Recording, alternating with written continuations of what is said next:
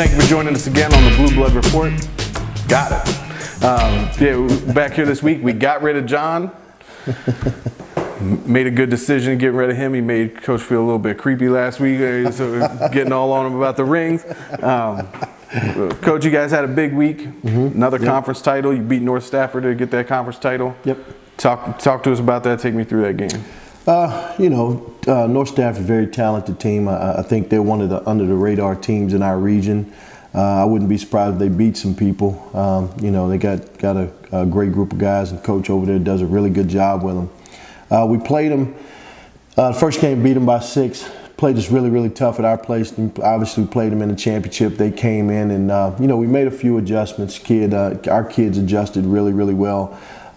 They made some adjustments throughout the game, and it ended up being a 6-point game again. But it was no easy task beating those guys. They came in, they were hungry. They felt like they had an opportunity to win. They played us tough, but give our kids credit. We pulled it out, and that made our 4th consecutive Conference 15 championship. So, shout out to our seniors who ever since they've been at Potomac, walked through the doors, we won the conference championship. I thought that was a heck of an accomplishment. That's not bad. No, not bad at all. Well, so you got regionals coming up. Was it Tuesday to start? The tournament starts Monday. We get a bye first round. We play the winner of Marshall and Halifax. Okay. And and then they have to turn around and play us on Tuesday at our place. Either one of those teams are obviously, they've made it as far as we've made it, so they're going to be, tough. Each team pose a different set of concerns for us. So we're going to, we spent Saturday and we're going to spend tomorrow trying to prepare for both of them as best we can, and then we won't know until Monday night who we actually play. You've had a chance to look at both of them, though? We've seen both of them. Okay. Yeah, we've seen both. And again, they're kind of contrasting styles, so it makes it tough for practice. But you gotta, that's the key to this time of the year is being prepared, and being prepared in short notice. So, we've had some experience with it, and I think we'll be okay. Is it now Marshall? They got a 7-footer over there. He's as close to 7 foot as you can get. I hear 7 foot. I hear 6'11". 6'11", 7 foot, it's all the same. Don't matter, After right? about 6'6", it's all the same. So, he's been posing a lot of issues for different teams throughout the year, and obviously so. But they got a 6'8" kid, and Jordan James, that's a pretty athletic kid. So they got some unusual size for a high school team. Yeah. So again, they pose some concerns, that we're going to have to address and be prepared for. Okay. Now, as far as your team goes, looking at them moving into the region, what do you want them to focus on? What have you seen from them lately that you want them to focus on going into this tournament? Our two biggest, we had 3 topics of concern for us in terms of the regional tournament. Number 1 was defending to get stops. We talk defense all the time, and we kind of pride ourselves on that. I thought, looking back, we could do a better job of actually defending to get stops, not just defending because that's just something we have to do. Right. The other thing we talked about is, turning the basketball over. We've turned the basketball over way too much our last 5-6 games. We need to minimize that and get it down to a lower average. And then the third thing is just focus. We've got to stay focused. We've got to keep a mindset of one game at a time. We're in a 3-game season right now, and unfortunately in this season, if you lose, there is no second game or there is no third game. So we have to really, really be focused and really, really execute the game plan and stay sharp. Okay. Well, let's talk about just the coaching side of things a little bit. What do you do? Obviously, teams have to prepare. Guys got to work out in the offseason, things like that. But what do you do as a coach and as a coaching staff to get yourselves better each and every year going into a year? We look at ourselves. We reflect back on the year. We assess some of our weak spots, and then we ask ourselves, what could we have done better to improve our kids in those areas? And then we try to address those issues, and we try to get better at the places that we thought we weren't very good.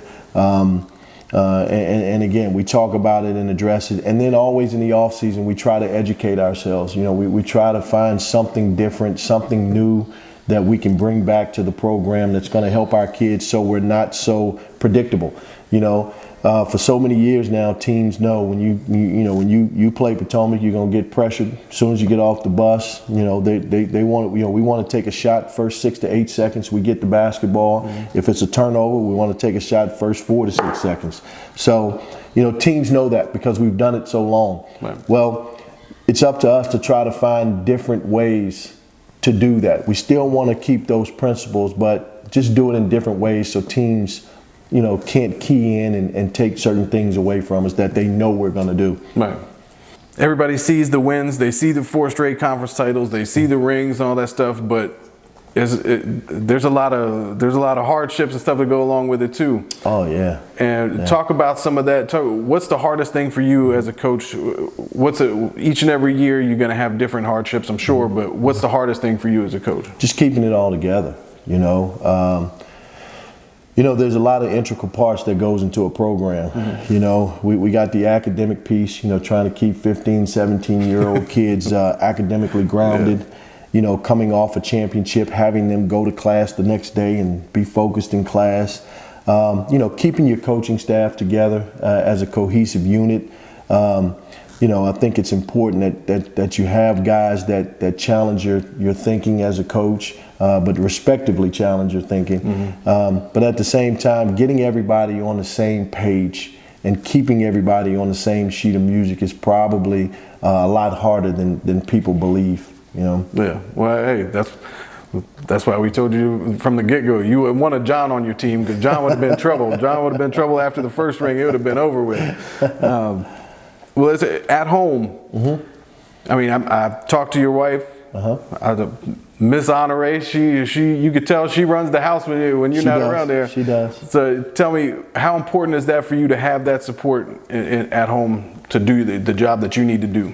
It wouldn't be done without her. Obviously, and every coach will tell you his home comes first. No different for me. If that place is not happy, then there's no way I could be happy. Right. My wife does a great job with our kids. She gets them to and from the places they need to be, and she sacrifices a lot of her personal time so that I'm able to coach and our kids are able to be kids and endure and enjoy some of the things that kids are supposed to enjoy. And Bear Bryant, once said, there should be a special place in heaven for a coach's wife. And I couldn't agree with that more. I think whether it's sports or whether it's, a corporate career, in order to be successful, you need that support system. And fortunately for me, I'm blessed to have that at home. Right. And she wants her own show. That's right. We're coming for her. Well, there's a lot of stuff going on in the world today. The political climate, there's a lot of things going on with police shootings, things like that. How much of that stuff do you talk about with the team? Is that something that comes up? Is that something that you need to talk to? Young men are impressionable. Absolutely. So is that something that comes up and that you have to talk to them about? Sure. One of the things, we're in a social media stage, so, we tend to hear more of the bad than the good. Right. One of the pieces of advice I give our kids is, number one, do your best to try not to put yourself in a compromising situation. Mm-hmm. But if for some reason you've done nothing wrong and you find yourself in that situation, just comply. Yeah. I think that's important, for me. And I'm the father of 4, young African-American men. And when I sat down and talked to them, my advice to them was, listen, it's more important for you to come home than to challenge authority. Right. If you've done nothing wrong, there are no issues. Just comply. Mm. And at the end of the day, if something was done wrong, we'll have an opportunity to take care of it. But if you don't comply, and you find yourself in a compromising position, anything could happen. Yeah. And you may not come home. And that to me is far worse than just complying when you've done nothing wrong. You know, and the other piece to that is, you know, we do hear a lot about, you know, the police shootings and things of that nature, but there's so many great men and women in law enforcement that do so many things really, really well. You know, sometimes I think it's, you know, unfortunate that, you know, we do hear all the bad, you know, but I think, you know, it's a situation that definitely needs to be addressed. But at the same time, we can't paint our law enforcement, paint that picture that they're all bad, because they're not. Absolutely. Absolutely. Hey, I grew up with one. I know that. Shifting back towards basketball, have you had a chance to look at other teams in the region? Who you look at? Who have you had a chance to really look at? You know, I probably overscout, to be totally honest with you. You know, one of my biggest fears as a coach is putting our kids on the floor unprepared. That's my biggest fear. So I tend to overscout. You know, we're living in an age now where every coach, they want film, they want film, they want film. You know, to me, I'll gladly take that film, but it's more important for me to put eyes on the teams that we're going to play. I think there are things that you can see in person that you can't see on film. You know, I want to know when a kid shoots a three, whether he makes it or miss it. I want to look at the bench and see how they react to when he shoots it. When he shoots the ball, if everybody stands up and put a three in the air, I know that kid can shoot whether he makes it or he misses it. You can't see that on film always. So for me, I try to see every single team in our region, whether they're at the top or they're at the bottom of the bracket. You know, I just want to be prepared. And the more I can see teams, the better I feel about it. You know, what happens if you say, well, we'll go see them this one game.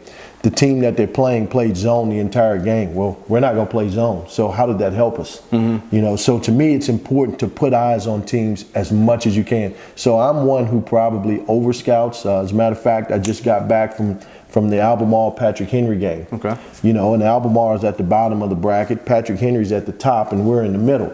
But there's a possibility we can see them both. Now I feel a lot better. If we do see them, at least we put eyes on them. Okay. All right. Well, you know, you're going to have plenty of time to think about those games coming up. You got Tuesday coming. How much time do you get to do stuff, to like watch a movie? Like how much time do you get to do that stuff, or is it constantly just basketball during the season? You know, right now it's basketball, and to me, you know, when I find myself with free time, it almost feels like I'm doing something wrong because of that fear. Again, you know, I'm telling you, that's my biggest fear. I'd hate for us to lose a basketball game because a team did something that we weren't prepared for. That to me, I don't ever want to do that to my kids. I don't ever want to do that to my guys. I don't want to do that to my coaches. You know, if they set up in a certain alignment, I want to know they did it, what they're going to do. So for me, free time is really few and far between. You know, as coaches, it's a constant. You know, it's constantly taking up space in your mind. Even when you're sitting idle, your mind's never idle. You know, you're always thinking, okay, you know, did we cover this well enough? Did we cover that well enough? Did we cover their inbound plays well enough? Do our kids understand defensively the scheme we want to execute? It's always going through your mind, even when you're quote unquote watching a movie. You know, it's you're never free of it until the season's over. You know, so right now there's not a lot of free time. I got a kid playing college basketball. Went and saw him play yesterday. You know, I got another one playing middle school, and then I got another one playing rec league. So, you know, for me, I'm spread thin, but I love it. You know, I couldn't ask for a better life, to be honest with you. There you go, man. 24/7 basketball. 24/7. Dream about it. That's right. That's right. Absolutely. Last movie Coach Honore went to see in the movie theater. Oh my gosh. Oh man. I'm not a big movie guy. No, I'm not. I would. Oh man. I would have maybe Conjuring. Conjuring 2, It's been a minute. It's been a long. I'm telling you, man, it's been a long time. I can't think about the last time I've been to. It has to be The Conjuring or Conjuring 2. It has to be. All right. Again, I like to press pause and you know and go get a sandwich and go to the bathroom. It's hard to do that in the movie theater. So I'm more of I'm more of a Amazon Fire Stick guy. There you go. All right. Yeah, me too. Me too. Right. Excellent. What'd you listen to on the way over today? Actually, I didn't listen to anything. Again, it was one of those, it was about a 40-minute ride, and the entire ride I was thinking about, the things that we need to prepare for in practice tomorrow. I'm telling you. Woke up, I ate breakfast this morning, I got out of the house, and it was constantly, okay, here are the things we need to cover tomorrow at practice. I'll watch a little bit of film this afternoon. I got a couple games. My kids have a couple games, and then this afternoon I'll get right back on film, and then we'll meet tomorrow before practice with the coaches, finalize the game plan, and attack it tomorrow in practice. So, wasn't any music today. Right. It'll be music on Tuesday, though. There you go. Do you have something you do like when you just need to turn it off and shut it down and get away from it? Do you have something that you like to do? Usually, I tell you, the only time, Rob, I get to myself, because I'm spread so thin, I usually don't demand time to myself with my family because they see me so little. I use that hour ride to work. I work out in Chantilly, and the hour ride home is usually when I get the time to myself to kind of just clear my thoughts, exhale a little bit. Yeah. And it's a great ride through Clifton. It's a beautiful ride. So it's actually kind of relaxing, as crazy as that may sound. Yeah.